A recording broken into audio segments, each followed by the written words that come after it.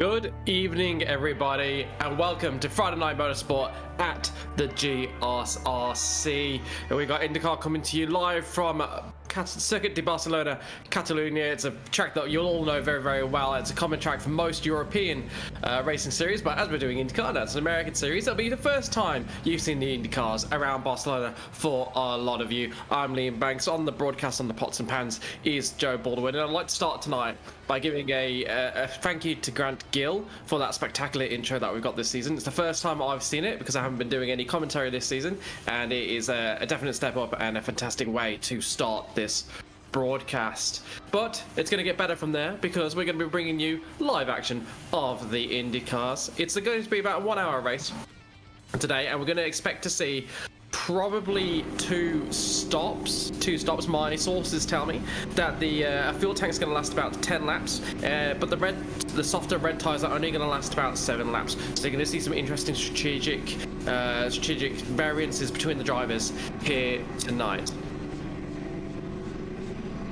And here are the points as we go into tonight. Adam Levis starts on the top. He's got Jack Humphries behind him with Ashley Lear and Paul Wood in joint third position. So it'll be interesting to see how they compare tonight. Then we've got Aidan Lufwait in fifth, Wayne Visser in sixth, Chris Noble joint sixth, then Fred Kahn, Julian Mookie and Dave Oliver behind them, and that is your top 10 for this series. You can see Adam Levis has a fairly healthy lead over Jake Humphries, and between the two of them, they've got a very healthy margin to Ashley Lear in third. So the two battles to watch out for are that third place battle between Ashley Lear, Paul Wood, Lufwait, Visser and Noble and Kahn. Actually, everyone else in the top 10, I keep going down, like waiting to get to over 20 points gap, and they just keep getting, they're not getting any further away. So everyone you can see is in that battle for third. Levis and Humphries are in the battle for first, and this is the results from qualifying. We've got Ashley Lear in third place with Chris Noble alongside him on the front row. Alpha Racing Team making it a front row lockout. Then David Baz in third with Lufwait alongside him. Then on the third row we have Moyes and Haycock with Wood and Levis on the fourth row in Smitke and Heaney making up the back of the top 10. Behind them we have Zamora and Stride, Katakazunis, apologies if I mispronounced that. Then Russell, Kahn, Nominson, Barker, Agathos, Oliver and Deal at the end of the top 20. And we got our first prediction from one of the hopefully many of you watching, but most likely not too many watching at this point, because we expect most people to be watching after the race. Lear's going to lap the field. That is a prediction, so we'll have to see if that happens.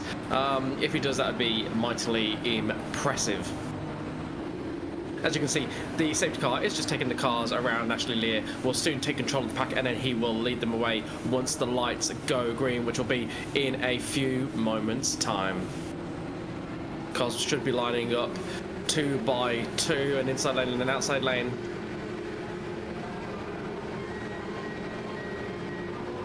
And here we go. See a couple of cars in the back pulling out a little bit earlier. It's generally a no into the car, but they didn't make any positions up, so I think they will get away with it. Got a right-hander at the start. Interesting to see Ashley Lear diving to the outside, so he thinks he's safe, and indeed he is. Stays ahead of Chris Noble. David Baz in third place. He remains at the moment. Don't see too many changes of position. A couple of changes a bit further back down the field. It looks like Jamie Barker has gone off the track because he is plummeting to the bottom, and David Baz goes a bit wide there as you go around that long right-hander, but that's not too bad a line through there. Jamie Barker looks like he's been thrown around, but has continued racing and is back on the track. But way behind him, there's a big crash there. Aaron Russell and Timothy Agathos look like they were involved in that incident. We'll have to get a replay that way we can. There's a crash a bit further up. So that's Katakazunis ploughing into the back of it. Might have been Sam Stride, if I've got my names correct there. Certainly just looked like he locked up on cold tyres, went to the back of him. That's we'll look and see. So this is... No, sorry. Oh, seems playing until about it. Here we go. It's the initial. Good evening, everybody. Unfortunately, we had Kurt Normanson. Someone had a bit of a lock up there, and looks like a bit of Constantine action, Liam. Yeah, so it looked like there was an incident ahead of Kurt Nominson there, and Nominson's just not been able to avoid it, which is it's very difficult to do. It takes a lot of training to sort of teach yourself on those first laps how much margin to give so that you can react even when somebody really suddenly stops in front of you. It looks like Novice has just been cut out there. Interesting to note that the top 4 at the moment, the only cars to start on the softer alternate tyres, with Eduardo's more in 12th, the only exception to that rule. So of course we would look for those 4 to try and break away while they've got the softer rubber. Look to see that in the first 4 or 5 laps, and perhaps then after that the primaries start to claw some of that time back. It also means they're going to be locked into a shorter first stint, if my sources are correct, around the red tyres only lasting for about 7 laps instead of the full 10 for a complete tank. Ada Lufway is the lead runner on the alternate strategy on the primaries. So keep an eye on that virtual battle between Leah Noble, Baz Haycock, and then Luke Wayton Moyes and Lavis as the lead runners on the alternative strategy. And Antonio making good points there. It is made harder to avoid people from the back when you don't have any brake lights. Of course, open wheelers traditionally do not have brake lights. Generally, one of the reasoning is that the brakes are so quick and so late that you wouldn't have time to react anyway. But it would help, certainly. And you can see for most series that those lights do come on during the rain, and they're used as rain lights instead. And in the rain, you generally do get the solid red light when they are braking. As we watch Matt Smitke going around that newer profile of the final corner there. So this is obviously the layout that they've gone to in F1 for the last couple of seasons, but it was dormant for quite a while. And how much better is it than that horrible Mickey Mouse chicane that you used to have? These cars, not as fast as Formula 1 cars, but still mighty quick, and will benefit a lot from having a proper final corner and a good one into the straights where you can use your push to pass to maybe get a launch onto that straight and make a move into turn 1 if you are feeling brave. Of course, all the drivers will have 10 uses of push to pass, and most people have elected not to use them yet. A couple of exceptions where they've used one. But look for that tactical usage throughout the race as we watch Colin Bennett. See how he had a look up the inside of Fred Kahn there on the exit of turn 3, but decided to kind of get alongside into turn 4. But he's going to keep showing his nose, keep trying to put Fred Kahn under pressure, and he's going to be hoping that Fred Kahn's going to make a little bit of a lock-up, a little bit of a mistake that just gives him the edge and allows him to effect an overtake on the car ahead. But needs to be careful because he's got Aaron Russell behind him, not too far behind, less than half a second between him. In fact, now Russell is as close to Bennett as Bennett is to Kahn, and Kahn's not far behind Wayne Visser in front. Those gaps look fairly large on your screen. If you're used to watching some of other motorsports where the cars are a lot slower, I can tell you those gaps are tiny, and all those gaps are above a second right now. Really interesting to see the different lines there between Aaron Russell and Colin Bennett. You saw Aaron Russell really pinching in on the corner quite late and getting on the throttle perhaps a little bit earlier than Colin Bennett, whereas Colin Bennett kept more entry speed and took it in more of a go-karty way, maintaining the pace throughout and then getting on the front a bit later.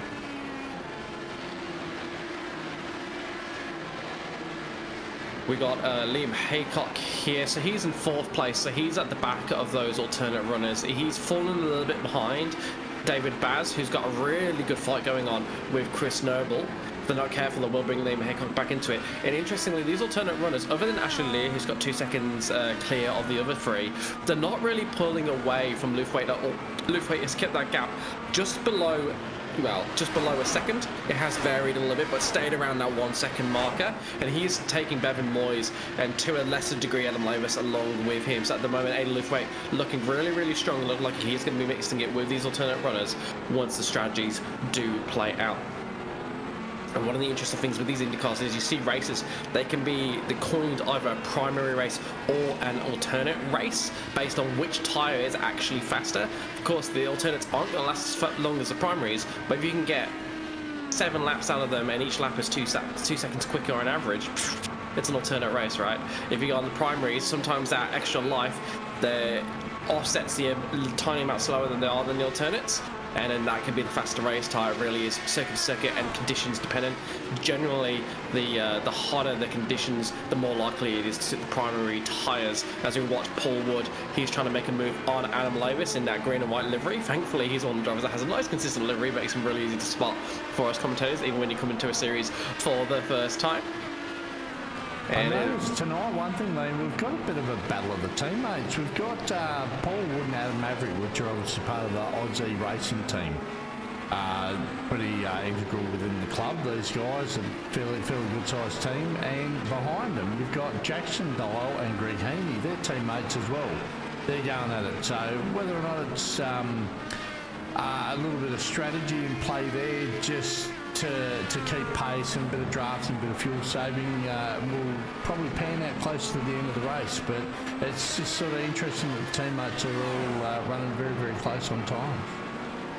Yeah, it is interesting. Could also be a feature of them perhaps practicing together before the night and end up getting a similar lap time because they've looked at each other and that's the lap time they managed to achieve between them. Could be something like that, but you could very well be right. There could be a strategy element in here. The key to knowing that will be if we see the likes of Greg Heaney get right up close to the back of Jackson Dial into a position where he could make a move and then not.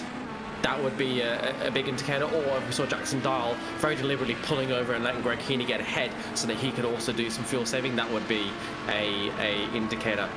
Would actually be a bit of a smart move too, to be honest. I know we've run very close towards the end of the races on fuel in weeks gone by. As we look, actually, I see we got a fair bit of a battle back here, Liam. But yeah, fuel definitely plays a strategy with these. The organiser, who's normally our co-commentator, he's a little bit under the weather tonight, guys. Zach Caven was originally meant to be penciled in tonight, but he's got some other sim commitments. We've actually lent him out for the night, so to speak, Liam. And Nick was going to do it, but he's actually come down with the flu. He's got no voice, so he's doing RC for us tonight. And you so kindly donated your time tonight to step in and help us out. So I just want to put the thank you out there early in the night for stepping up and covering commentary duties for the night, mate. Thank you, Liam. I know, anytime, Joe. Always happy to hop in as the third choice. No, joking. Always happy to hop in, and I've actually had a bit of a detox from sim racing the last few weeks. I haven't done any racing or any commentary, so it's a good way to get back into it because I do love the Indy cars. They're probably my favourite car on the service, as much as people at GSRC wouldn't know that because I've never actually raced them at the GSRC. They're a spectacular car. They're so much fun to lap, and yeah, they're just phenomenal. If you want to have a great experience in iRacing, just whack them on the Norse Life and just go for a couple of hot laps in them. It is a spectacular experience because they feel a bit more lively than the more modern F1 cars that we got on the service. They are a bit slower, but that liveliness really makes up for it. It's a real car. You can really grab it by the scruff of the neck and just manhandle it around the track, which makes it a lot of fun. Absolutely, and I think probably the best way to describe it, if anyone hasn't purchased it and driven it, it's raw. It's a very raw car. Like it drives like you would expect the real thing to. It's very deliberate with its inputs. Its steering's a lot heavier than what you would expect in most things because for the people that don't know, these are one of the very few open wheel cars that don't run power steering. They don't have power steering in these cars, so they're very raw in the force feedback that comes back through the steering systems. And yeah, and Nick just said the only incident was lap 1, turn 4 with no further action at the moment. So it's batter up, play on. Yeah, and that what you mentioned there about them not having any power steering is really interesting because we saw at the moment we've got Jamie Chadwick performing quite well in Indy Next and doing a test in Indycar, and that'll be one of the things she's going to have to try and overcome. So it's generally being held up as a bit of a hindrance for females getting into the higher tier motorsports. So when there's no power steering, they're hurt more by that because they generally don't have the same upper body strength naturally as males, of course. There's variances within that, so it generally is held up as a bit of a something that might be a hindrance. So we're really interested to see if she's able to overcome that and how she's able to come that. I reckon she will because she's fantastically talented. And it'd be lovely to see her in IndyCar and see a female competing in top level open wheel of motorsport. But that was probably going to be one of the biggest things she's going to have to come over. But I don't know if the Indy Next has power steering or not. If somebody is listening and knows, please do let me know, because it might be that she's already been able to overcome that with Indy Next. I know when they were discussing the new Formula 2 cars and how they can make them a bit more a bit more equal for the genders. That was one of the things that came up, is saying like everyone's got power steering and they can actually set the amount of resistance that they want on the wheel. They've got that much level of control over it, the drivers. But in Formula 2, there's no power steering. So they're saying like it's harder in Formula 2. In Formula 2, we don't have this assist that we would get in Formula 1. And then the other thing was that the cockpits were designed for the average race driver, which is a male, a relatively small male, right? So they're very, very, very narrow. And they were saying that this time around, they've actually designed it around the average person, so that they're a little bit wider, and so that people can fit in it a little bit better if they have wider hips. So it's just like these really interesting little things that you don't necessarily think of, but they do make it a little bit harder, just because it has always been. Generally, it's only really more recently that's been a real consideration, and yeah, it was just interesting tidbit there. As we watch Paul Wood, he's still trying to get past Alan Lavis, hasn't managed to do it, and thanks Nick for letting me know. So yeah, Indy Next doesn't have the power steering. It's the same tub as Indycar, which is really good to see that's been competitive in that, because that makes it more likely she's going to be competitive in Indycar when she does get there. Yeah, I wonder why he's gone off. See what he's done here. Oh, he just ran it deep, Oh, no. Oh. Yeah. That's a bit of a wild spin, but a little bit of thunderfoot there. Has got Colin onto the... Oh, done it twice. Oh, that's really interesting. I wonder if he's burnt up the tyres a bit. Because that was... the second one was odd.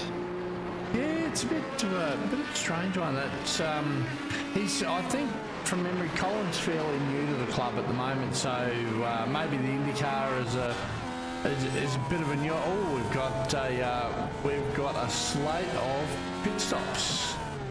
Here we go. And interestingly, so we've got the top 9. Gonna have the and top. Those. Go ahead. I was going to say we're going to get the top 10, no? So the top 9 have decided to pit. Look at this conga line of them. All pin, yep, top 10, 11, 12. Wayne Drizzer looks like he's going around for another lap. Fred Kahn, Dave Oliver is going around for another lap. So those alternate runners have been able to go to the 10th lap, which I'm reliably informed is about as long as the fuel is going to last. So what I think we're seeing there is a bunch of drivers have run out of fuel. They've all had to pit at the same time, regardless of alternate or primary tyres, so it's not a tyre limited stop. A couple that have done a bit more fuel saving have been able to go around for an extra lap, and that's a unfortunate incident there. Awkward incident on the pit exit. I don't think the person coming out of the pit did anything wrong. They were on the inside, but Wayne Viss has just been upset by that. Hasn't noticed and adjusted for the car on the inside there.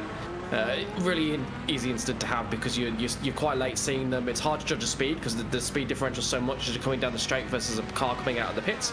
It's going to be really hard to judge whether you're going to come out in front of them, come out behind them, particularly given that you're then braking. So really easy to misjudge that, alongside just a small mistake with an outsized effect on Wayne Viss's race. And to be fair, from the brief little look at it, I had a look at it. It looked like there was a fair chunk of netcode involved too. I mean, we hate using that word netcode just because it's a bit of a crutch people like to use, but it did look like there was still a fair bit of room between them. But iRacing's obviously had other ideas at the much to the detriment of Wayne Visser, who was having a pretty solid run up to that point. So, but once he comes around and pits, it's probably going to put him back off the back of the pack there somewhat. So unlucky for Wayne Visser, he's in the pits now with a bunch of other guys that are coming through for their scheduled stops.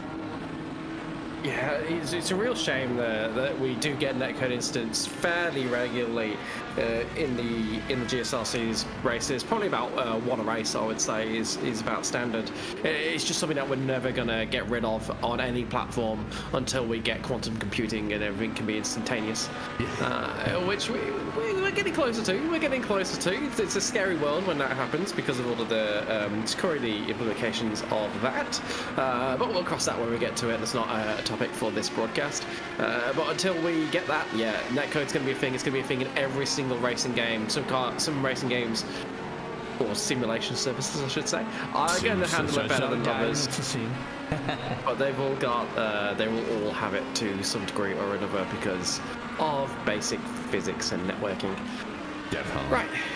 So let's take stock of where we are after the first round of stops. Ashley Lear, David Baz, they're first and second still. They are now on the primary black tyres. Then we've got Aidan Lufway in third place. So he's jumped a couple of the alternate runners. He's in third, looking really, really strong. He's on the primaries as well. So the top three, it's a flat race out. It's a equal race for them. Bevan Moyes is the top racer on the alternates. He is right behind Aidan Lufway. And we are watching from the back of his car, Chris Noble, who was on the primaries. Seeing from that first stint, there wasn't too much of a difference in pace between the alternates and the primaries. What we don't know is how much the drivers were affecting now. So we'll see that this race, whether there are drivers that seem to prefer the primaries and do a bit better this stint, or drivers that are now on the alternates that have a stonking stint. I think if you're Bevan Moyes, though, given he is on that softer tyre, he will want to get a pass done on Aidan Lufway if he can sooner rather than later, just so he can use a bit more of the pace in that tyre. Looking a bit further down the pack, Adam Lavis comes out in 7th place, just ahead of Paul Wood, so that battle looks like it's going to continue. Those who went a lap longer, we've got Greg Heaney and Jackson Dial. They're in 10th and 11th, and they've done a full 10 laps. Mr. Dave Oliver went an extra 2 laps, so he's done some fantastic fuel saving, got himself into 15th with an 11-lap stint. Now you should see that pay off for him over the rest of the race, because if he can do that in the next stint, his last stint will be a short stint. He'll be able to short fuel, or he'll just be stationary for less time because he'll have some fuel left in the tank, and he can hopefully use that to get a few positions in the pits. But if he's going to do that, he's going to have to close up a bit more on his cars ahead. He's got Fred Kahn 4 seconds ahead of him, and then another half second to Eduardo Zamora, so they're probably in range, but Eduardo Zamora is 7.7 seconds behind Aaron Russell. So I think at the moment, even though Dave Oliver's looking to do something different on strategy, I'm not sure if he's going to be able to make more than 1 or 2 positions, and he's going to have to up his pace a little bit if he wants to even be able to achieve that. I think where it could come in very, very handy for him. Oh no, Liam has got a 5-second penalty for not leaving racing room with Wayne on lap 10. So Liam Haycock's carrying a 5-second penalty through to the finish of the race, which is going to be hard because we've got there'll be a competition caution at some time during the race. I think between laps 12 and 25, I think from memory, it will be somewhere in there. So, and I was just about to make the point that this is where Dave Oliver can possibly make some very, very good inroads. If he can save fuel again now, when that comes around, it should put him in good stead, because he'll only need to take a couple of laps less than everybody else. It's only going to be a few seconds, but it should help him jump a couple of positions in the end bits. Yeah, it certainly should, and just to put that 5-second penalty into perspective for you, at the moment that would drop him down into 8th spot, so losing 2 positions at the moment. But as Jojo said, it's going to be a lot more painful once we've had that caution. So he's going to be hoping that caution happens sooner rather than later, so he can try and pull that gap for the end of the race. If it happens later on in the race, it's going to leave him with a much more difficult task to perform, and it just highlights how much emphasis you need to put on driving clean in this IndyCar series because of that competition caution. Even the smallest penalty that we can dish out, the 5-second, is really, really painful compared to if there was a 40-lap race without that stop, where it'd be almost inconsequential a lot of the time.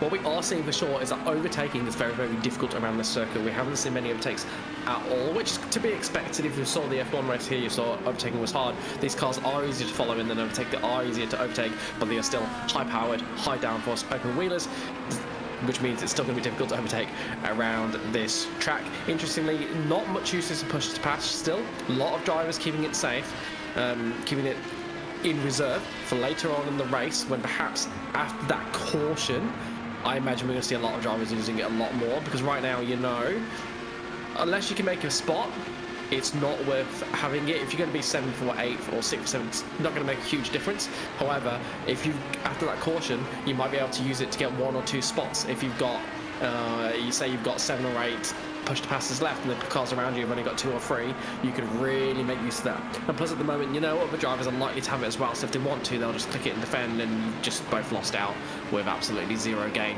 So tactical elements to that will be interesting to see how that behaviour develops. At the moment, of the lead drivers, Luthwaite and Moyes have used it the most. They're both down to 8 push to pass remaining. Ashley Lear, he's clear up front, 2 seconds ahead, and he has got all 10 left. Chris Noble's got all 10 left in 5th, so look for him to make a late charge, and Adam Lavers and Paul Wood have also been saving theirs. The battles are sort of, there's a lot of cars spread out tonight, Liam. I've found there's a few battles through the field. We've got this one here with Sam Stride and Dimitri Agathos. These guys are having a fairly good battle down the back. Aaron Russell, Greg Heaney and Jackson Dial. These guys are probably the best battle. Oh, here we go, right as we're going to catch Aaron Russell up the inside of Heaney. So he's probably been itching for that one now, so he'll have the sights on Dial, very, very much so. Dial, who is having a very, very good race, we should point out, he's up 10 spots from his starting position, starting 20th up to 10th, so he's having a tremendous race so far, more pace than his position might indicate, but he's going to have to show more pace. He wants to stay ahead of Russell, because Russell looks very, very dangerous behind him. He sort of wiggle from the back end as he tries to get on the power before the car ahead.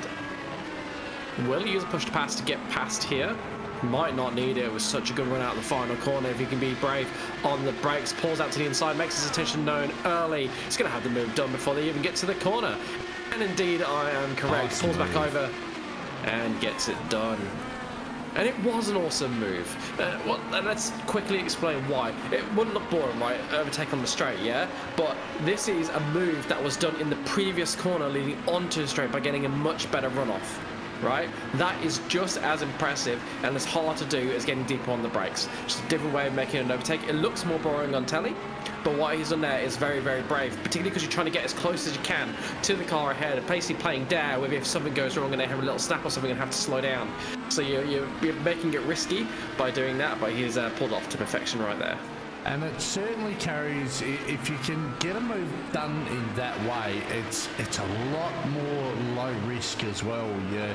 You're not entering a corner or you know, at the apex you're not battling, or Aaron Russell's just backed off. Did he just get a slow down? I think he got slowed down. I think he went off track on the almost flat out right-hander as you crest it. Yeah, okay, we've had a bit of an incident back at half a lap. So Jamie Barker, he's come down. Oh, a lot of curb. Yeah, high downforce cars, you got to watch that. You can't get. Oh, back to.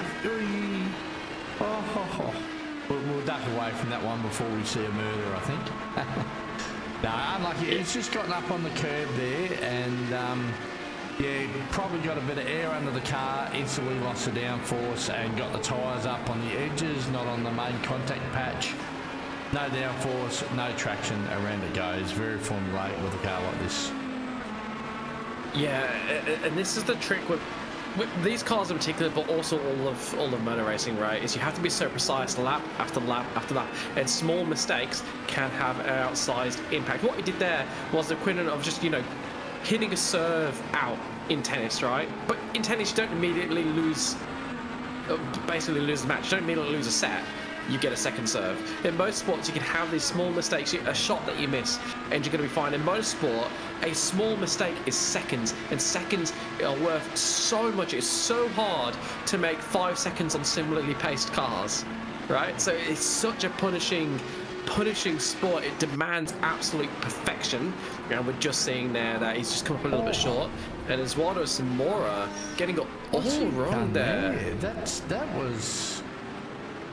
I actually missed what started that one there. Oh, okay. So he's down the inside. He's tried to, pull it up with the car on his outside and just lock the brakes, unfortunately, and just a little bit too heavy on the brake pedal, which is. Maybe a bit of a panic brake, I'm not sure, but yeah, very unfortunate for Eduardo, who's actually having a great season in the Porsche this season, by the way. he's been chasing me for the majority of the season in the open Porsche split. So since he's joined the club, he's certainly showing a lot of pace in different cars as well. It's been handy in the GT3 since it started, if I remember right, and not too bad in the GT4s either. I think I've seen him in a few things.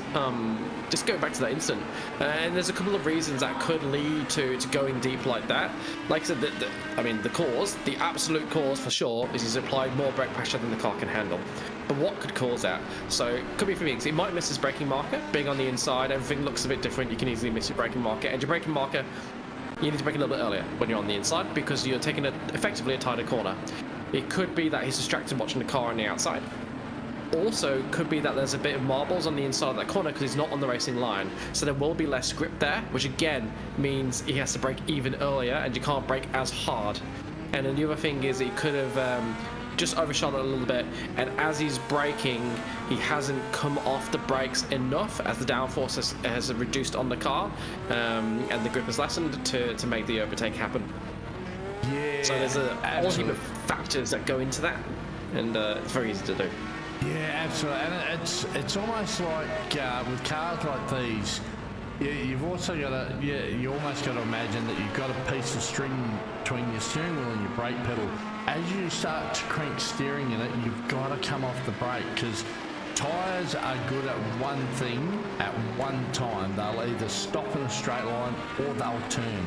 They don't like to do both. And when you ask, if you're using, 90% of the available grip trying to slow the car down, and then you try and turn into a corner, which needs 70% of the available grip to get it in and start pointing towards the apex before you really load the tyre up.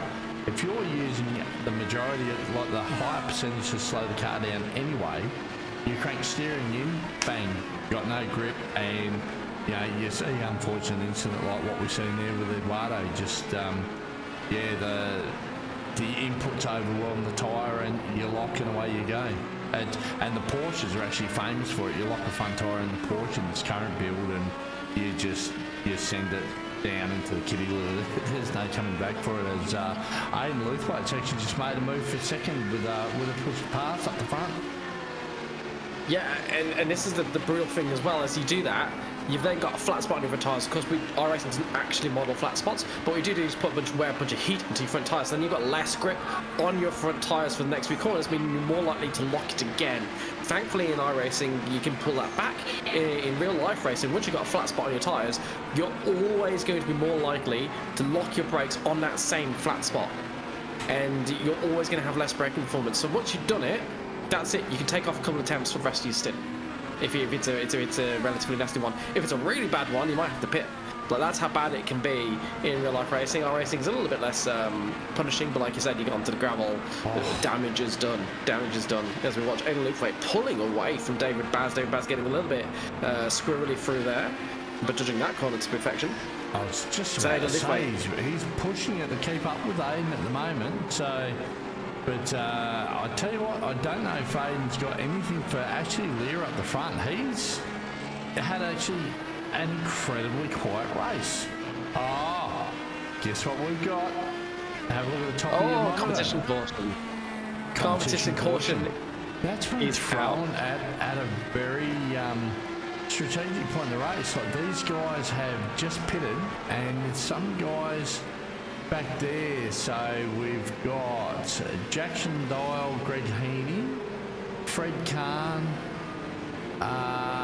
Dimitri Agathos, Wayne Vizza, who all pitted on lap 10. So whether the leaders are going to think that it's worth getting that extra lap or lap and a half's worth of fuel back into the tank would probably be a good idea, I think. Even just come through, it'll be a short stop, but then you'll run the risk of those people that don't. And we've seen 9 to 10 lap stints so far. So with a bunch of push to passes, it burns more fuel every time they put their finger on the button for push to pass. So they're gonna probably need the extra fuel if they want to use those to the end of the race.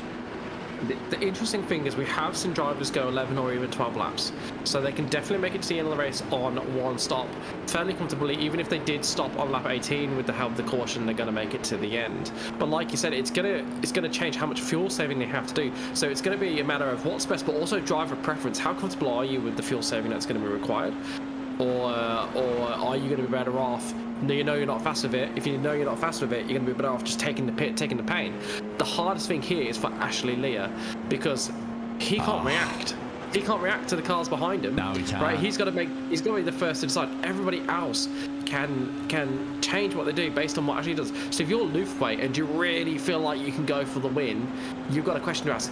Do I back myself to beat Ashley on the same strategy, or do I give myself a shot by changing my strategy, pitting if he doesn't, staying out if he does pit, just to offset and see if something will happen? And for Luftweight, the question is, do I prioritize minimizing risk of losing positions, which means probably staying out, or do I prioritize the opportunity to gain that victory? Because victory means so much to every single driver out here. It'd be interesting to see what he picks. My bet is that he'll play the championship game, he'll stay out, but don't be surprised if Baz, Moyes, Noble, Haycock, somebody like that goes for it and goes for a pit, see if they can use that advantage.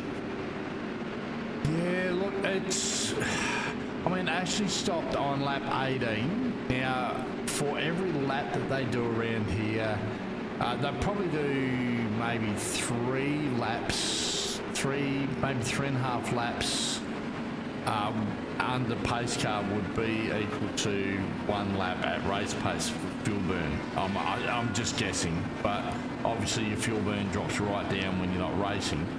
But on lap 18, is that still going to give him enough fuel in the tank comfort-wise with... Because we're probably only going to do 3 laps here behind the safety car if these guys don't speed the back of the pack as they come. Oh, no. Looks like the majority of them are pinning. And who stayed out? Luftweight.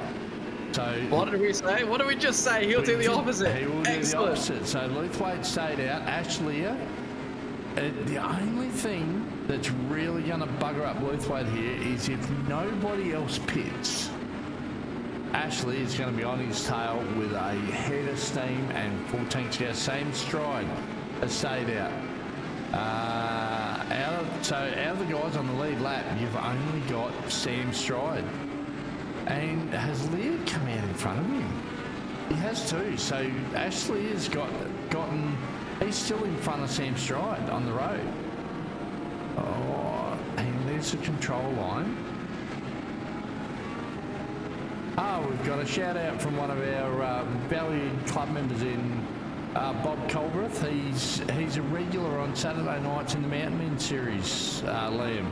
He's a great guy. He's an expat American who's living in... God, I don't want to get it wrong. Korea, I think? Not sure. I probably got that wrong, Bob, but I know he's over there somewhere. Yeah, it's always fun when you hear about the random people we get from other countries that are part of the GSRC. I know we got a few Americans. We got somebody who's regularly in Singapore. And now we've got a Korean as someone in Korea as well. So which is excellent as a mainly Australian, as a mainly Australian sim racing club. It's excellent that we are able to have that bit of an international contingency. It'd be interesting to see if that does grow over time as the reputation of the GSRC hopefully grows. And I mean, we always have healthy grids. I think the least I've ever seen is sort of 14, 15, which is relatively healthy. So yeah, fingers crossed, we just continue to grow and grow. And if you want to help the club grow, we do have the annual general meeting coming up soon, and there are a bunch of positions up for grabs. So if you're interested in any of those positions and really helping the club to take strides forward, then you can nominate yourself for a position. You'll have to get a second to also recommend you for the position, and you can get involved in a more formal capacity in GSRC. So please do feel free to attend that annual general meeting to find out what's going on and put your name up if you are so inclined. This club is run by volunteers. The more volunteers we have, the more we can do for you, the more streams we can have, the more broadcasts we can have, the more effort and time we can put into improving our series, improving our race control offering. Without volunteers, the club dies. So please do get involved if you are able to and you love the club as much as we do. Should only be. Looks like go the ahead. lights might be out on that pace car, so we should just be about ready to take the green, I think. We will see whether or not it pulls in. Yeah, I can't tell if the lights are on. I think they're on. Yeah, the safety car's gone around again, so we'll have one more lap behind the safety car for Aiden Liftway. Every lap we have helps Aiden Liftway. We should point that out. The more laps we have behind the safety car, the easier it's going to be for Liftway to get to the end. He's only going to have 17 laps to go. That's a 9 and an 8 lap stint. Bear in mind he's already used some fuel from this tank, but I'm confident he's going to be able to get to the end actually without too much fuel saving. I'd be surprised if he has to do a heap, which gives him some bonuses in his hand to try and keep Lear behind. Something that is a detriment to him is he has only got 7 push to pass left. Ashley Lear has got all of his push to pass, so he's going to have a hard time defending him. He'll be hoping that Lear has to burn a couple to get past Sam Stride. So we'll see if Sam Stride can do a job for Liftway here. As we watch Agafos, Oliver and Vasseur all pit. Well, that is very, very interesting because they pitted a lap later. So they're going to have a slight advantage over some of the cars around them. But it won't be much because there's not going to be really any fuel saving. But you can change the fuel mapping on these cars, so there might be a mapping they can find to use a bit more fuel, get a bit more power. I'm not completely comfortable with what is available. I know there's fuel saving modes available, but yeah, be interested to see if they can do something to make use of that extra fuel for them. Good time to cover off who's moved around during this race. Aiden Liftway is up 3, Sam Stride's up 10. That's a little bit artificial because a bunch of cars behind him have pitted, but if anything, this strategy is looking a lot better for Sam Stride than it is Liftway because he jumped so many cars when they all pitted, and we do think they're going to be all going to get to the end on one pit stop, so he's more likely to gain positions out of that strategy than Liftway is. Other big movers, Fred Kahn's up 5 positions from 15th to 10th, so he's having a quite strong race at the back end of the top 10. Colin Bennett's up 8 from 21st into 13th. So he's also having a strong race somewhat further back. And we also had Dial up 10 spots at some point, but he looks like he is a lap down. And yeah, potentially jumped out. Now, so something's gone wrong for him.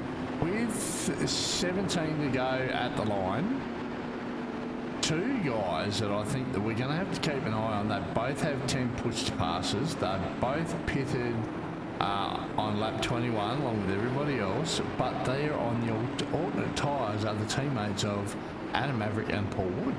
Now, these 2 sneaky buggers, I know that they're in the Discord channel over there talking between themselves and doing the right thing, and they'll be on point with their strategy. So they've probably got another set to put on the car at the end, because I think from memory they started on the primary. Did they, Liam? Yes, they would have started the primary. Yeah, okay, and I've just got the message that safety car is absolutely in this lap. Excellent. So we're about to get racing once again. Another thing to keep track on is these drivers only have 3 sets of tyres for the race, so they are going to have to double stint on one of the sets of tyres, and whether or not they've already done that double stint or that double stint is to come could make a difference, I suspect. If you're on the primaries now and you've used alternates, you're thinking that you're looking good because you probably won't take tyres on this stop, because it will be, if anything, potentially a slightly shorter stop. So I think that would probably be the correct strategy. We've seen the safety car pull in. Aiden Liftway takes control of the field. When will he put the gas down? He'll wait for the green flag. Everyone lining up single file. The cars must stay in single file. No one should be pulling out to try and get an early move. And Aiden Liftway presses go, and we are back racing. Got a couple of teammates there a little bit further back. We're going side by side. Aiden Liftway's got a really good jump on the field, so he will lead into the first corner. Sam Stride still ahead of Lear. Interesting, Sam Stride and Lear look like they're teammates based on the shared liveries, but it could just be that the AlphaTauri livery is very, very popular, so I don't know if you know of the teammates, Joe. They are definitely teammates.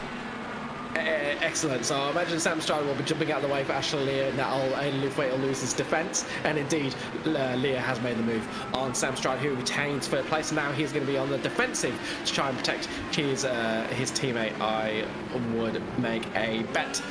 With Bevan Moyes, the next car, trying to get past and follow Ashley Lear up towards the front.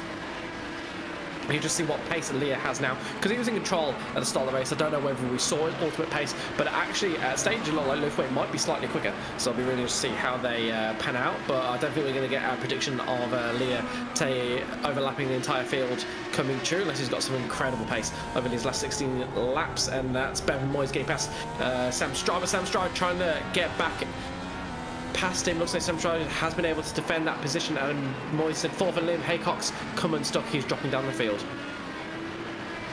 And this is Adam Lavis on your screen, so he's in fifth place on those alternates, and really pushing, looking to get past Bevan Moyes. Not going to have an opportunity here, but he will be safe from attack of Paul Wood. And look at this top six, they are breaking away from Chris Noble. 1.38, 1.4 now seconds behind Paul Wood is Chris Noble, and that is the biggest gap we've got in the entire field, except for Colin Bennett behind Eduardo Zamora. So we're really seeing the front pack develop. These are the 6 cars that are going to be in the battle for the lead, potentially until the end of the race, with Sam Stroud looking like he perhaps doesn't have the pace. He's already a second on the back of Lear, and look at how close Bevan Moyes is behind him. Moyes has already launched one attack. Will he launch a second? He thinks about it, but pulls out at the last second, because he knows if he gets it wrong, Davis and Wood are going to be able to get past. But he wants to get past sooner rather than later, because he can see that gap to Ashley Lear just growing and growing and growing, and that is not what he needs if he wants to make himself a factor in the race lead. But at the end, and that's him going round, and Adam Lavis gets caught up in that.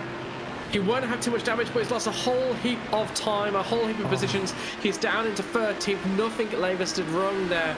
Just Sam Stroud getting it wrong, going sideways, and Lavis having to slam on the brakes and just stop while Sam Stroud sits himself out. The rears on the brakes. Hasn't held brakes.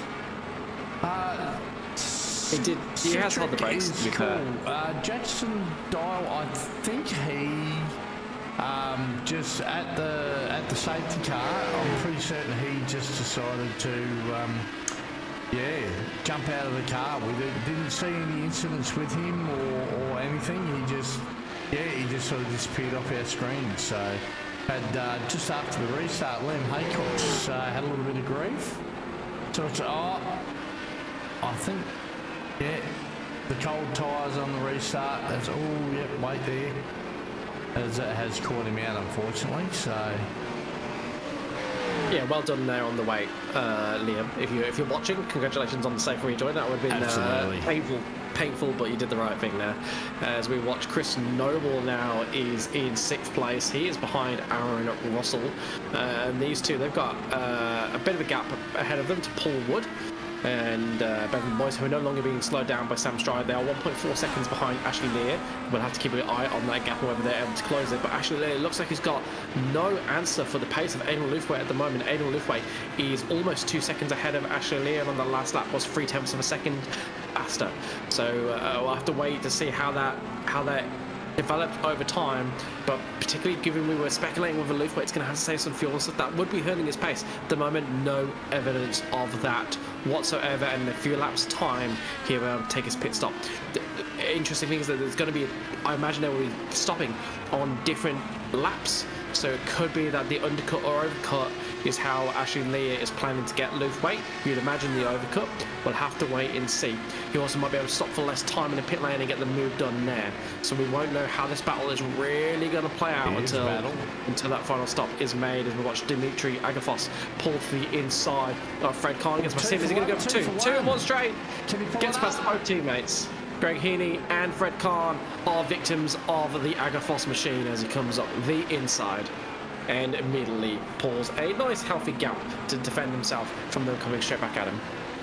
It looks like car A3 has got a 15-second penalty, car A3 being Liam Haycock. So that'll be his race effectively over, and in fact he is right at the back already. So I think he may be out of this race. And indeed he has now come up as out as we watch Eduardo Zamora. He's currently in 13th, down 2 spots from where he started. We saw him have that bit of an incident. He's got Adam Lavis behind him. Be interested to see what progress Adam Lavis can make back for the pack. We know that overtaking is difficult, but we also know that he has the legs on a bunch of the cars ahead of him based on his earlier race pace. It did look like he got some front wing damage in that incident, and he hasn't pitted since that incident, so he might be carrying some front wing damage. I don't see any on the screen currently. It looks fine, but it's not to say that it's not driving a little bit wonky for him. It also definitely looked like it came off in the incident, if I remember right. So yeah, interesting to see what iRacing decides is actually going on its servers, whether that front wing is there or not. We'll just assume it's there for now. Bevan Moyes getting it all out of shape as he goes through the S at the start of the lap, and that's putting forward right on his tail. It's like he maybe got caught out a little bit by the dirty air of the car ahead, and had a big moment midway through the corner. Had to walk the car out wide, did all the correct stuff to keep the car under control, but just lost time to Paul Wood behind him. You can see slightly different lines there. Paul Wood generally taking a bit more speed on entry, and Moyes pinching the corner a little bit more and getting a better exit. It's going to make it hard for Wood to overtake if he can't get a better exit, although Moyes goes wide there, so Wood will definitely have an overspeed down the straight. Does he use his push to pass? No, he does not. Shows restraint. Goes a bit wide. Clever move there, just staying a little outside of the dirty air of the car ahead. One thing you don't want to do in these mid to high speed corners is stick right behind the car ahead if you can help it, because you've got less downforce there. It might still be the fastest way around the corner, but sometimes just going slightly offline and then cutting across their line, it can be quicker. So you can feel it more for this corner. And Woodsy's on the push to pass, Ryder on board. Ashley is on the push to pass up the front there as well. So he's down to 7 left. So your top 3 have got 7 push to passes. Woodsy has 8. Couldn't quite get there then. He'll be frustrated not making the most of the alternates at the moment. Also losing his wingman. He's dropped Aaron Russell off though. So it's a pretty good battle up here. I think it's a battle in 4 now for the finish. Woodsy and Moyes are sort of having their own battle, and Ashley, he's dropped off the back of Luthwaite. Luthwaite's showing a clean pair of heels. He's actually pulling away. He's at 3.14 seconds to the lead now, which is, that's pretty good pace for Ashley. It is very good. Sorry. It is very, very good pace. I was about to say, actually, we said about it being a 4-car race. It might be just a 3-car race for second at this point, because they're all being outclassed by Luthwaite. However, we do have to repeat, there is a difference in strategy here. Luthwaite did not take a pit stop behind the safety car. That's how he got into the lead. So he may have a debt to pay on his final stops. Until that final stop, those final stops occur, we do not know how real that lead is, or whether it is a virtual lead. Because of course, as he's doing these laps, he's got less fuel on board. So he potentially would be a bit quicker than the other cars ahead if he's not fuel saving, but there might be an invoice to pay on his pit stop. So we'll wait and see how that plays out. But Bevan Moyes with a really good run out at the back on the final corner, gets on the button and is going to get the move done on Leah. Unless Leah braces it around the outside, he does not. So he gets past Leah. So after getting it up a bit scruffy and looking like he might be under pressure from Wood, manages to get through on Leah into second place. And David Baz here has just lost position to Chris Noble, and I think that might have been a swap of a previous overtake, because certainly Noble was at the head of that second pack for a little while, with Russell now running a lonely race in 5th spot, 4 seconds behind Paul Wood, but a safe, comfortable 1.7 seconds ahead of Chris Noble. And as we cut to Matt Smitke, he's down 2 spots from where he qualified, and he's got Greg Heaney less than a second ahead of him, and Fred Kahn less than a second behind him. So a fairly sparse sandwich there, but look for this pack to close up if Dave Oliver doesn't quite have the legs of the cars behind. That can really easily compress. But I do suspect that Dave Oliver has more pace than these cars. And that was wide there by Smitke. Is he going to have a slowdown, or will he get away with that? Looks like he's got away with it. I certainly would have been pushing it close to the boundaries there. Here we go. Got to move into the pits. Here's Luthwaite now, 31. This should get him home. Now, if he can come out in clean air, that would make a huge difference potentially to his finish position. If he comes out behind a slower car, that could really hamper him. So let's see where he blends out of the pit exit. So now about the only thing that can work in Bevan, Ashley and Woody's favour on this one is going until they're down to the last drop of fuel for exactly the reason that you said there was, let me pick a decent camera, sorry. Yeah, run long, hopefully for them. And where is Aiden's right? He's in clean air. He's in clean air. He's got Maverick in front of him by 2 seconds, so that's certainly not going to hold him up. Yeah, crucially, by the time he makes up that 2 seconds, the other cars might be starting to pit, so that'll be what he's hoping for. And the good news is, like you said, it is Lavis ahead of him by about 2 seconds. We know Lavis has got decent pace, so he won't hold up Lufweit much there as he gets a little bit squirrely with the rear tyres as he tries to get them up to temperature. And he's on the alternates too, Liam. He is on the alternates. The one thing that could scupper him is Fred Kahn is ahead of Lavis by 1.6 seconds. So if the two of them catch up to the back of Fred Kahn, that might be a slower car. But again, it's only going to be for a few laps until the rest of the field decides to pit. They pit on lap 21, around lap 32. Given they got a few extra laps, maybe lap 35, expect to see them in. Or do they think they can get to the end?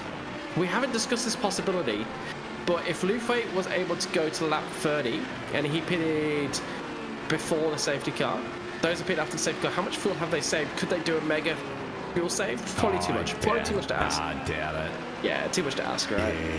Yeah, no. But they might only have to splash and dash. 14 at the most if you were saving, but these guys had a pretty intense pace there. So I wouldn't have thought they'd be saving too much fuel.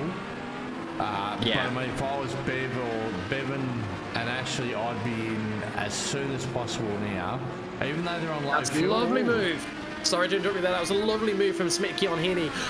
Committed to the inside early on that really tricky downhill off camber left-hander that's really pushing you wide, but showed great discipline to stay to the inside of Greg Heaney, who, to be fair, showed a lot of restraint and a lot of racing cleverness to stay nice and wide, give Smitke plenty of space, and Smitke gets the overtake done. And back to your point. Yeah, they need to get in and get off the prime tyres and onto the alternates now. And as I say it, here they come now. They must have been listening. So not much of an overcut, which got to play into Smitke's hands, surely. Into Smitke's hands? Lufweit's hands. Yeah, it should do. He had clear track. He's on the alternate. He's heavier on fuel, but even so, these guys should. I mean, they have warm tyres. He had fresh. Yeah. I mean, I don't think Woodsy really got the big benefit of the alternate tyres in that stint, though, which is, he sort of got stuck in traffic. With the alternates, you've really got to make the move in the first 4 or 5 laps, and then the pace then come back to the prime tyre pace. And what we're watching here, we've got Fred Kahn, we've got Lufweit behind him. That's who that blue and yellow car is at the back. And nowhere in sight is Bevan Moyes, because Bevan Moyes is 4.5 seconds behind Lufweit. He might just pop into your shot. There he is at the back there. So that is the gap that we have between our two competitors for the lead of this race. Bevan Moyes has pulled out a gap on Leah and Wood behind him. Wood is now in front of Leah. They're both on the alternates. Moyes is on the primaries, but their pit stop time was roughly the same as Lufweit. Lufweit made the best of that undercut, has extended his gap to just over 4 seconds, and now there are no strategic differences except for the fact Lufweit has pitted a couple of laps earlier and he's on the alternates. So it's not early enough for him to need the fuel save. So the only difference is the alternates and the primaries. Throughout this race, we've seen that the pace between the two compounds of tyre is relatively similar. There's been no shocking differences between the two. So expect Lufweit to take it over from here if he can stay clean. And he's got two teammates around him who immediately get out of his way and give him clean air to run into, which is absolutely beautiful for Lufweit. And not sure what Smitke's doing there, why he is going so slow. Maybe he suspects he's gone too fast on the pit entry and is trying to preempt a penalty. But the two blue and yellow cars doing really well not to get caught up with Smitke there, because they certainly wouldn't have been expecting quite such slow pace. Either that, or they both sped in the pit lane, and they're both going to get a penalty. That seems unlikely to me. So well done there to avoid an incident. As we watch Ashley Lear, he has got Chris Noble behind him. Sorry, this must be Aaron Russell and Ashley Lear. Ashley Lear is the car back, yep. Russell ahead of him. Yeah. I'll tell you, so this is a change of position that's happened at some point. Right now, you're a lone soldier. Your teammate got caught up in an incident, not of his making, and then you've got the likes of Aaron Russell and Ashley Lear that are looking in your mirrors right there. And he's got 7 laps to go, or 6 and a bit laps to go to the end of the race. And you got these two characters chasing you down, and they're both tough customers. But Woodsy's doing really well in the championship this season. He seems to have gotten hold of his car really well. So he's on for another strong result tonight. He had a great result last week in, I think, 3rd. I think from memory at Spa. Woodsy's on the button, so he definitely doesn't want to hang around. So he's got 6 push passes to go and about 6 laps. So he'll use probably 1 lap down the main straight to try and keep these guys at bay. Yeah, Paul Wood, a really good driver across a range of disciplines. There's a few disciplines where it doesn't quite have the ultimate pace, but is always in that sort of secondary pack or in the lead pack. It's very rare that he's down in the midfield proper, as I would call it.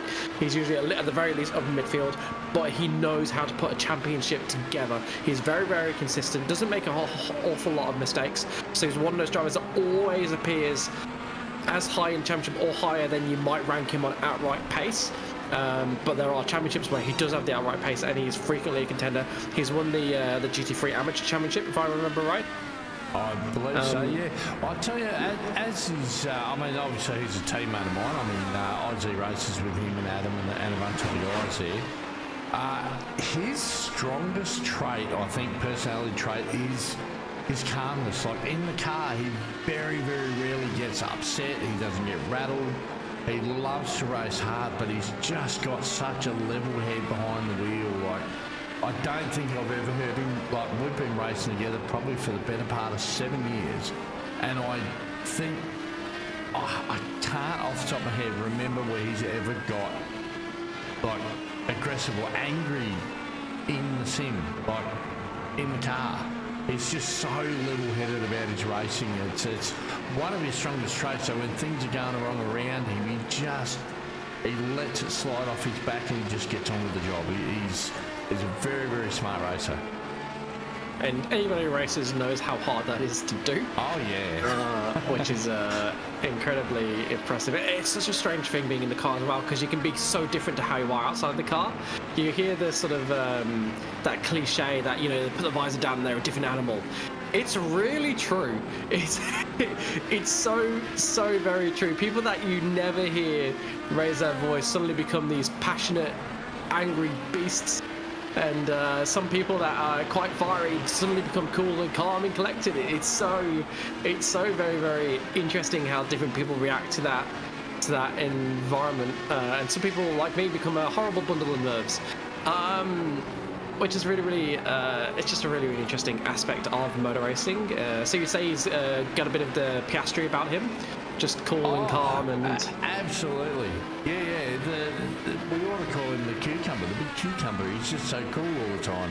And here he is now. Like, he's got the alternates on. Bevan's running the primes, and they're all on the button. So Bevan, Woodsy, and Aaron Russell, they're all on the button. Russell's only 1.3 seconds behind the guys that are battling for second. So Woodsy's going to wear him out here. If his tyres can last another 4 and a bit laps, or 3 and a bit laps, 4 and a bit laps, he's probably on for a strong second here tonight. He's driven exceptionally well.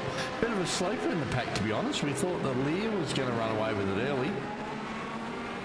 Yeah, we really did. We did, and he's dropped back to 5th place, and looks like he's not going to be able to get past Russell unless something changes and able to find something out of nowhere. Because we haven't really seen. I mean, to be fair, we haven't been watching the battle that closely, but we haven't seen any big moves, big lunges.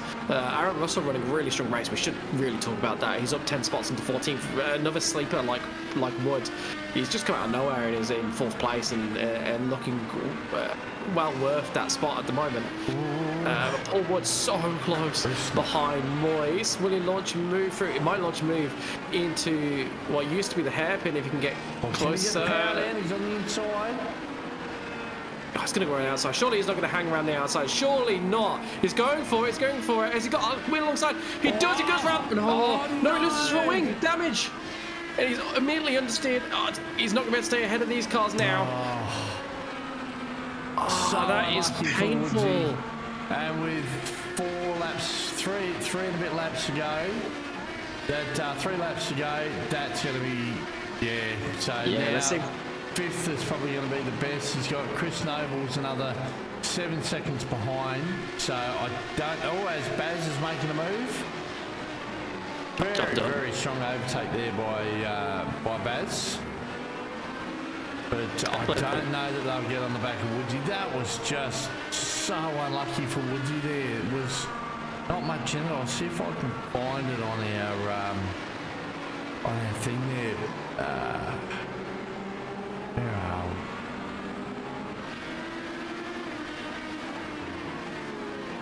we? Yeah, here we go. Here we go. This is Russell. So this is a little bit too late. What's already happened there? Sorry. Yeah, no, I can't find it in my event log. It may not have even registered as an incident. Unfortunately, I can't find it, but it just looked like he got around the outside and Bevan just got a bit of a wiggle up and sort of got across the nose and. Yeah, minor contact, but with the big nose on them that these IndyCars have got, it's just plucked one nostril off, unfortunately. I wouldn't be surprised if there was a little bit of net code in there. I know we said we don't usually like to use it as an excuse, but it was so minor that may have played a factor because it looked like he was just hadn't quite got the overlap and was looking to settle in behind. Yep. And we saw the wiggle. Yes. I wonder how close they were, or whether there was a little bit of something untoward. But that gap down to Baz is just utterly collapsed. He's going to be lucky to hang on to the top 10 with that much damage, which is a real shame because he ran a really strong race and really deserved to be in that podium position. He was doing it perfectly right up to that point. It just, as soon as he lost that wing, he's just going to be battling. And I think Baz is 1 point something seconds, but we can't go away from this battle between Russell and Moyes. I think this is going to be on here. Oh, he's gotten by him. Has he? No, he hasn't. Sorry? No, Moyes is ahead, so this is Russell and Leah. Russell and Leah, yes. So how far back? They are closing in on Moyes, who really seems to be struggling with those tyres. I wonder if this is the tyre that he's double stinted on. And he's really starting to struggle compared to those on like the nice, fresh, alternate tyres. Because Russell and Leah have cut off the gaps down to a second. But they're going on to the last lap of the race. I don't think they're going to have time to effect an overtake without some sort of relatively major mistake from Moyes. But can Leah get past Russell? Has been behind him since the start of the stint. Looks like he's just going to sit behind him. Is he? Leah goes to the inside, trying to defend. Russell sticks to the outside. He's not going to be able to get around him, but can he get a switch back on and maybe attack him for the second part of the corner? Russell does a really nice job to guard the apex there. And Lee's going to sit behind him in that dirty air all through the long right-hander. Does a really good job to stay as close as he has. Can he launch and move up the inside? He goes for a big dive! Big dive, and there's contact! There's contact. No. Leah goes around, but Russell is able to continue on with what looks to be no damage. How much time is Leah going to lose? Looks like he's going to be behind David Baz at the very least. There is Baz. Baz... Ooh, is he able to get through? He's on the outside. I have to go all the way, the long way round. Tries to do it. He's left plenty of space. Gets a wiggle on. And that means he sits in behind Lee. But Leah under all sorts of pressure, and his tyres are not going to be the correct temperature. It's going to make this really, really difficult for him. And look like... Oh, Baz is already alongside him. Move on the inside through the fast right-hander. Leah goes over onto the curb, giving Baz plenty of space, and Baz stayed quite towards the inside. Definitely could have took more room and kept more speed. And there's contact there a little bit. What a battle as we got Luthwaite just coming up for the finish line. And Baz is going to get past, and Luthwaite takes a fantastic victory. We didn't think he was going to be in victory contention, but then he made that fantastic call under the safety car to stay out, and that really made his race. Had strong pace throughout, was the fastest car throughout, but that is how he made the final position to get to the lead. And this is Baz. Looks like he's going to cross the line just ahead of Lear, who is just ahead of Noble, and then it is Woodsy and Agafossa. Wood did a really good job to hold on to 7th in the end after that late damage. And Adam Lavis finishes at the back of the top 10. Oh, so it was a pity we had to give Aiden his dues, but that was a fantastic battle there for the last lap from them guys. I'll see if we can't. So we've got Ashley. So this is the battle. This was the battle for 4th.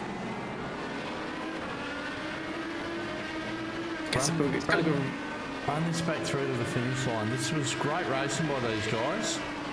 Oh, he dived it in fairly deep there.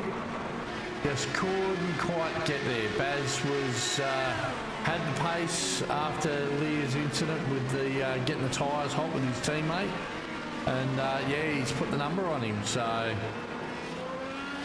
yeah, great result tonight. Some of the guys are still coming through to finish. We've got Fred Kahn, Greg Heaney. There's Greg. Oh no, these guys are finished. Jamie Barker should be our last guy across the line.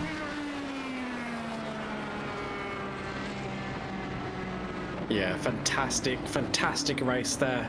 There was strategic intrigue. There was some good racing, particularly towards the end, as we saw some more of those tyre offsets allow for more of a pace delta and cars to be able to affect the overtaking was difficult.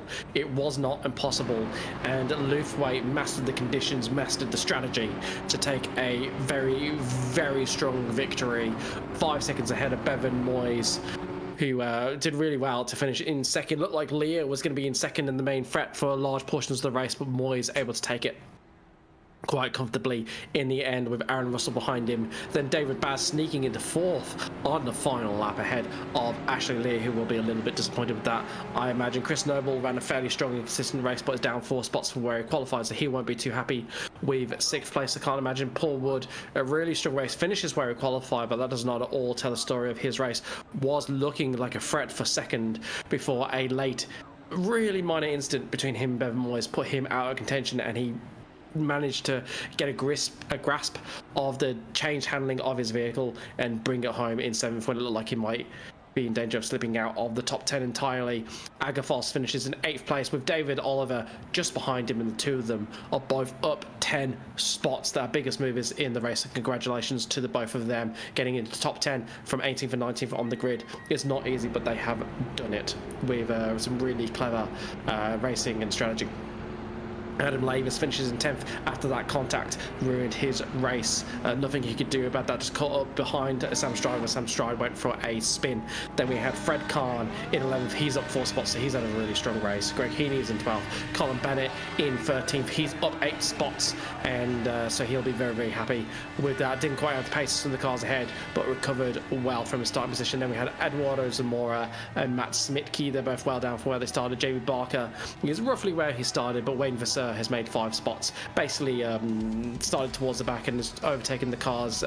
Most of the cars behind him have retired. In fact, he is the last classified finisher. So a good race in terms of positions gained, but a little bit artificial with the cars behind, but not finishing too far behind Jamie Barker. So we'll see how he progresses over the rest of the season. Looks like we might have a bit of an early minute tonight. None of the drivers are coming in for a chat, whether or not they're just all trying to lick their word. Hang on a minute. Here they come. Here we go. See, it's amazing. All you have to do is put it out that you're going to shut off the broadcast early, and in they come. They're all lining up. No. Well, we had to get the victory lap and the burnouts for Aiden because he ran out of fuel and the push back to the pits. Yeah. Oh, okay.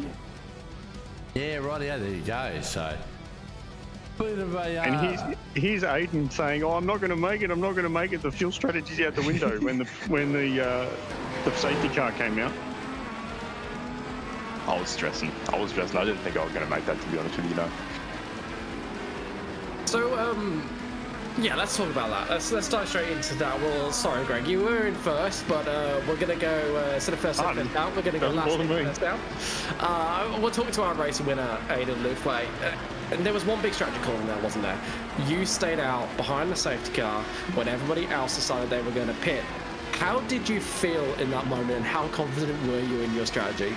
Well, in that moment, with seeing everyone else pull into the pits, I'm like, I'm not entirely sure I've done the right thing here. And as Greg was just saying before, I'm like, I was stressing. I was really, really stressing. I'm like, I don't know if I'm going to make it on fuel. But really, really good pace after the safety car, which was good. Managed to lift and coast a fair amount, particularly to turn 1 every lap. And then, yeah, went onto the red wall tyre, went onto the alternate tyre, the soft tyre, and saved even more fuel and managed to bring it home, which is great. Yeah, and throughout the final stint, well, 2 stints, I suppose, you pulled out the gap on the cars behind, put it out to a nice, comfortable 5 seconds at the def. So at what point did you know you were safe? Was it when you were able to start doing that lift and coast? I think once I knew I had good pace, because I think I took really good care of the tyres to begin with before the safety car. So I knew that the rubber was good. I just wasn't sure if I should pit or not. Obviously, I didn't end up pitting. Everyone else did, so I'm like, didn't think that would be the right thing to do. But yeah, just once I had good pace, once I knew I had good pace on the older rubber, knowing that I would be switching to the red wall tyre after that, I was pretty confident that I would be able to make the end. Yeah. Yeah, and how surprised were you that I believe it was Leah behind you at the restart wasn't able to mount more of a challenge? At the safety car restart, yeah. I got a bit of a jump on him there. I was expecting him to be sort of closing behind a lot more, particularly into turn 1. But yeah, I think I did a really late jump, as you probably saw. Obviously, a lot of guys will go a little bit earlier, sort of on the exit of the corner. I sort of waited till the straight a little bit. But yeah, no, I was expecting a little bit more of a challenge, to be honest with you. But it wasn't to be. And you said earlier on that you were able to take better care of the tyres. Just for those perhaps less experienced racers that are competing in the Indycar series and watching this back, how is it you achieve that? I think just driving obviously consciously with the tyres in mind, I reckon, is the biggest thing. So at a track like this, obviously high speed, sort of downforce orientated track, as most of obviously these tracks are on the IndyCar calendar, just being really smooth with your inputs, and trying not to scrub the front tyres too much, being easy on the throttle, really, really easy to light up the rears in these cars and really cook your rears. So yeah, just smooth inputs, I reckon, is the general rule of thumb with these cars, 100%.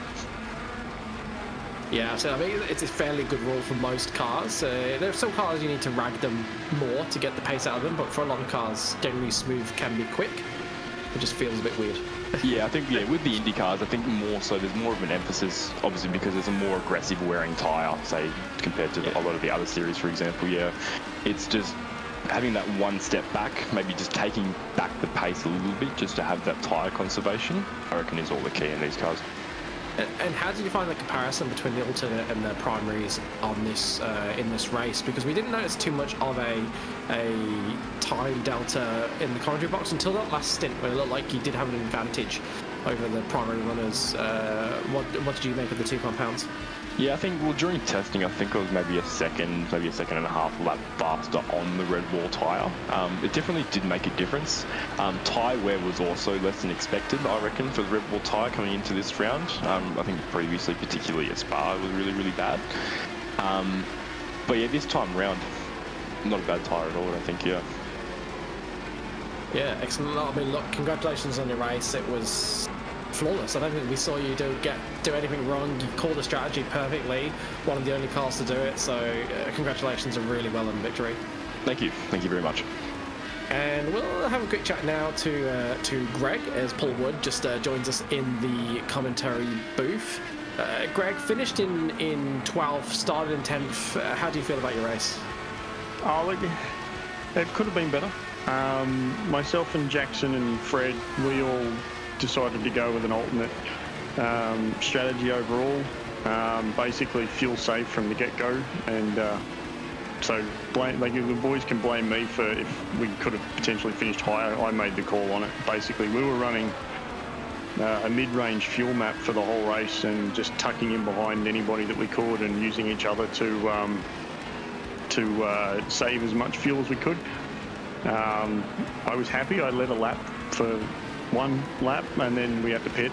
But yeah, no, it was a case of see how much more fuel we can save right up to the safety car, save for the first stint after the safety car, because there would have been less fuel to go into the car at the stop, and then basically full send from there.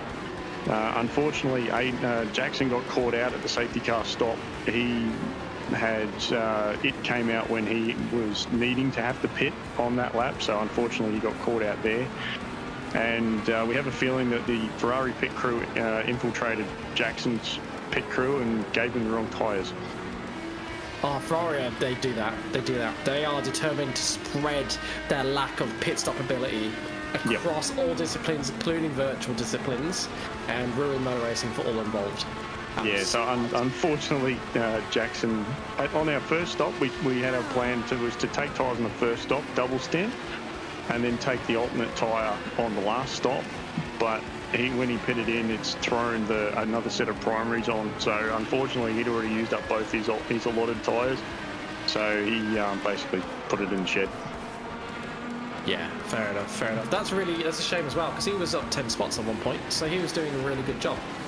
Yes, that he was. He decided, he's like, I'm just going to start from the back and see where I finish. Yeah, it looked like he was on track for a top 10 before that blunder from the Ferrari pit crew. Well, deliberate for them, blunder for if you're thinking for Jackson, unfortunately. From Jackson's point of view. Yeah, and how was that timing of the safety car? How did that impact your strategy? You said there was a bold call in the strategy. Did that help you or hinder you? I don't know. I mean, I don't race a lot of Indies. Yeah, that's pretty much right. I think that's Aiden. No, that would be Nick Fodiaz, I think, in the text saying send it. Just send it. Yeah, that was the go from on the last strategy, on the last one. But no, as for the overall strategy, I still had an extra lap of fuel when the safety car came out, so I was okay. But yeah, it was pretty much just a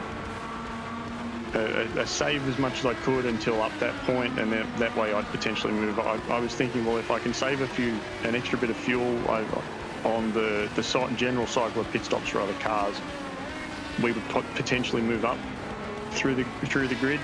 I think we probably, due to my own pace, lost a little bit of touch with some of the cars in front of us. I think at one point we were out to the stationary time in the pit stall less the transit time gap to the cars in front, which is probably just that little bit too far. But yeah, it wasn't too bad. We managed to learn a few things, but we potentially apply for the next one.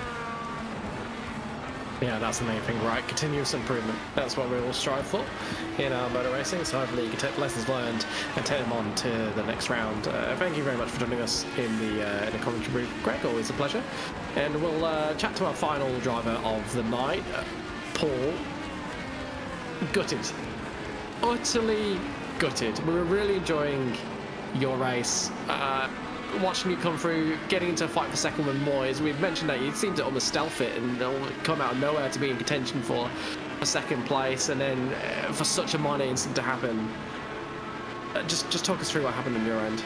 Yeah, the Bailey Ladders boys actually all round did pretty good this evening, but for me it was a pretty straightforward race. Again, we had Mr. Adam Lavis was our strategy man, and he was just feeding me the numbers I needed, and I was driving to those numbers. But yeah, it was all going really well until coming in, what was the lap 37, the end of it there, and yeah, as I come out, I just kicked the back. It must have got a little bit heavy on the right foot, and it slid. It barely slid a little bit. It was enough, I think, just to turn the front wing into the rear tyre of Mr. Moyles in front of me, and yeah, that was it. The wing went, and I couldn't turn after that, so I lost all pace. So that was that. I was starting to feel like I was potentially a second spot there, but yeah, every time I kept going on the straight, I was trying to push the pass, but even early in the race, I just could not catch any guys, and I'm thinking, well, that's not going to work, so I was trying to do other ways to get around. I thought if I at least get beside him and slow his entrance into the last corner, I might have a run, because I know I had grip over the rest of the track to pull a gap afterwards, but unfortunately it wasn't to be, and poor Adam got caught up in a spinning car a bit earlier on, so that put him out of contention, but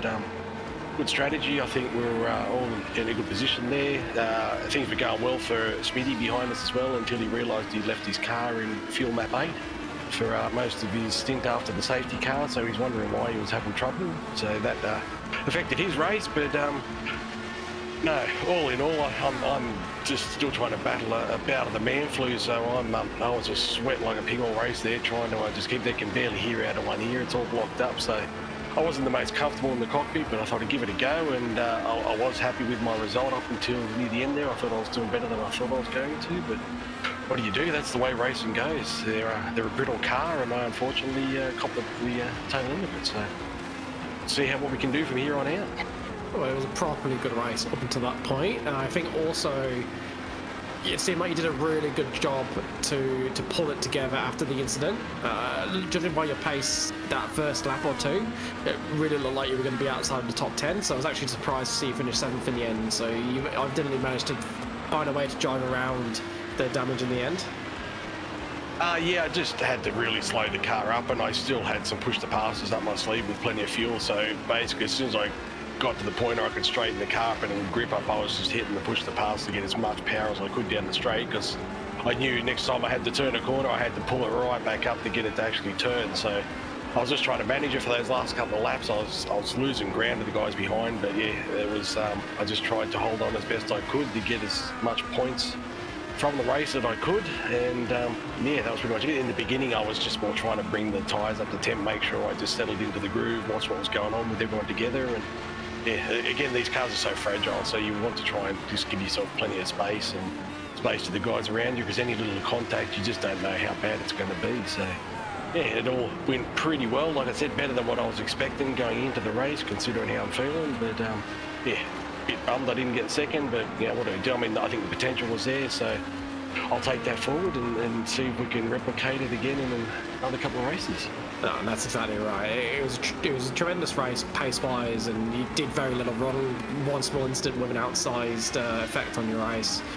And yeah, the main thing to take forward is that pace, the fact that you were in a position to battle for second, potentially take second, and hopefully you can replicate that or even go one better in the next round.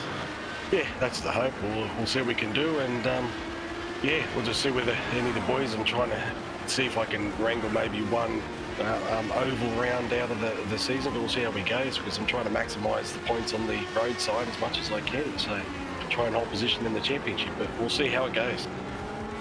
We'll see how it goes. I won't keep you any longer with you feeling how you are. Go, look after yourself, get yourself a nice salt drinks and vapor rub, and enjoy the rest of your night. No worries, mate. Thanks, guys. So thank you very much to all of our drivers that are able to join us, but the only reason we're able to bring you these interviews with our drivers, bring you this broadcast at all, is because of the kind support of all of our club sponsors, and they're going across the bottom of your screen now. They include Waste Options, Orbig Australia, Lobesy Racing, M-Wave Australia, Flash Graphics, and Sprayton non-alcoholic cider. Coming up for you for the rest of this season, we are of course in we've just had round 5, and we'll be going into round 6 at the Nürburgring GP Classic Circuit. Should be fantastic for these cars. We then go to next oval race in round 7 at the Worldwide Technology Raceway, which is a fantastic oval facility that anybody who watches Indycar will be familiar with. One of the trickiest ovals on the service is Worldwide Technology Oval. But I'll tell you what, it's fun when you get it right, but when you don't, yeah, it's very, very frustrating. It is very, very frustrating. Expect a little bit of chaos and perhaps a topsy-turvy result at that overall race. We then go to Mugello on the 30th of August. Props to whoever put that into the schedule, because Mugello is a phenomenal track. We've then got Magny Cours, and to round out the series on the 30th of September, we'll be going to Indianapolis Motor Speedway because where else are you going to finish an IndyCar season than at the home of IndyCar racing? We'll have a look at what we got coming up for you in the rest of our series at the GSRC over the next week. Mountain Men tomorrow night at Bathurst, because it's Mountain Men, and they're going around in the Legacy BMW Z4 as a legacy car. That one is free, so please do get involved with that race starting at 8 p.m. Our next broadcast will be on Monday for the Super 2 and the GT3s. We are at Road Atlanta for the Supercars, followed by Imola for the GT3s. Then on Tuesday we've got the introductory Formula and the Wings Slicks. It is Formula V's this week in the introductory Formula. Of course, that series cycling through 5 different Formula cars of varying powers and degrees of difficulty. But then the Wings and Slicks is a Super Formula Light, has been for a couple of seasons now, had a really strong participation last season. Hopefully that has continued to this season, and they will be at Mugello with a 9:15 race start Australian Eastern Standard Time. Then later on in the week, Wednesdays, we've got the Production Car Challenge. That is the GT1s at the Le Mans circuit, followed by the GT4s at Hockenheim. GT4s a fantastic series for the club with fantastic racing and fantastic participation. Get out for that one. Then on Thursday, we will be broadcasting the Downforce Legends from Laguna Seca and the ever popular Porsche Cup. It had a season break. It's back this season, and it is going to be at Mugello. Mugello being one of the themes of next week, before we go to the Nürburgring for the next round of the Indycar Championship.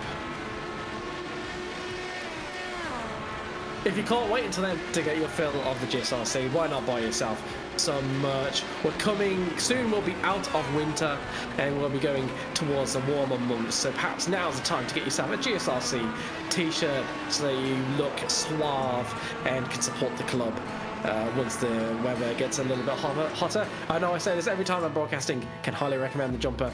It is incredibly warm. It has become my work from home jumper when on these cold Adelaide nights. Alright, well, I think that just about wraps us up, Liam. Yeah, and finally, I think we should say a big thank you to everybody that has watched, whether you're watching live or watching on replay, perhaps having taken part in the race. Really appreciate your views and your support as we continue to bring the broadcasts to the GSRC. And hopefully we will see you again soon. But until I see you again, and I don't know when that will be, good night and take care.